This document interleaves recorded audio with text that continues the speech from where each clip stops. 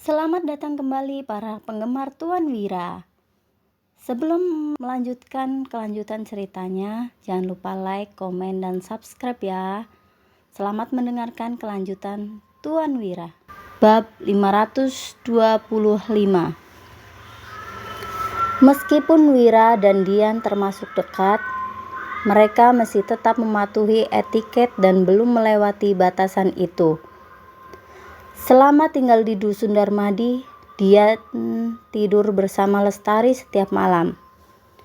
Dian berkata dengan malu, "Tuan, aku gak mau tidur malam ini. Aku mau ngobrol denganmu." Perjalanan Wira kali ini akan memakan waktu paling tidak 1-2 bulan.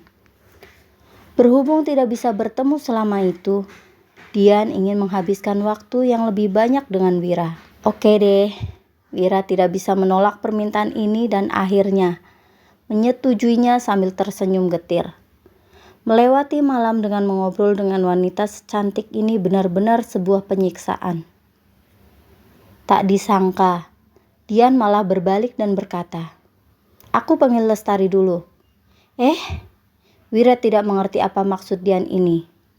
Tidak lama kemudian, Dian memeluk selimutnya dan masuk ke kamar Wira. Lestari juga memeluk selimutnya dan berbisik dengan malu, "Nona Dian yang menyuruhku kemari untuk mengobrol." Lebih ramai kalau banyak orang, Wira pun tertawa. Kemudian mereka menyusun 3 selimut di atas tempat tidur. Wira duduk di tengah, sedangkan kedua wanita itu duduk di kiri dan kanan Wira. Setelah itu, mereka mulai mengobrol mengenai berbagai macam masalah dalam manajemen di Dusun Darmadi. Berhubung sudah berulang kali membahas tentang masalah-masalah itu, topik ini pun selesai dibicarakan dalam sekejap. Kamar menjadi hening. Lalu Lestari dan Dian saling menatap dengan malu tanpa mengatakan apa-apa. "Gimana kalau aku menceritakan sebuah kisah pada kalian?"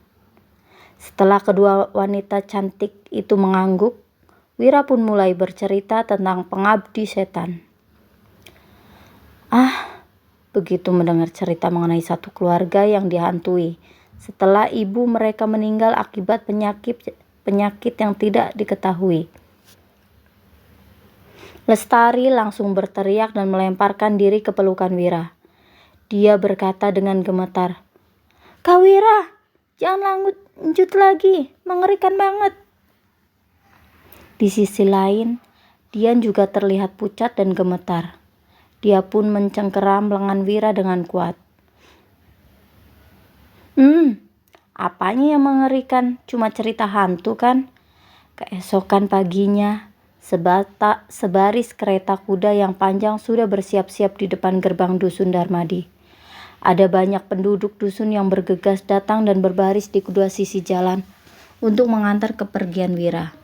Ada juga yang memberi pesan pada anak-anak mereka yang mengikuti Wira pergi dalam perjalanan kali ini. Wira berdiri di paling depan. Di belakangnya ada Dian yang terlihat seperti biasa dan Lestari yang terlihat agak tersipu. Setelah mendengar cerita hantu Wira semalam, Lestari memang merasa takut. Namun, dia juga penasaran dengan akhir ceritanya. Alhasil, dia menyuruh Wira lanjut bercerita. Berhubung takut, dia pun memeluk Wira sambil mendengar Wira bercerita sampai habis. Kemudian, dia juga tertidur sampai pagi sambil memeluk Wira. Setelah bangun, dia buru-buru mandi dan mengganti pakaian. Lalu keluar dari rumah untuk mengantar kepergian Wira. Wira menguap, lalu melirik ke arah 30 kereta kuda dan 100 orang bawahannya sambil memikirkan masalah semalam. Dia sangat menyesal karena sudah menceritakan cerita hantu pada kedua wanita itu. Mereka merasa takut, tapi juga penasaran pada akhir ceritanya. Alhasil, kedua wanita itu mencengkeramnya begitu erat semalaman. Untung saja imannya kuat, namun dia tetap merasa sangat lelah karena tidak bisa tidur semalaman.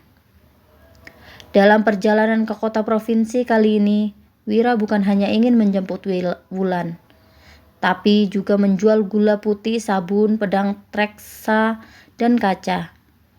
Selain barang dagangan, barang lain yang dibawanya adalah makanan, bantal, dan selimut, obat-obatan, serta senjata.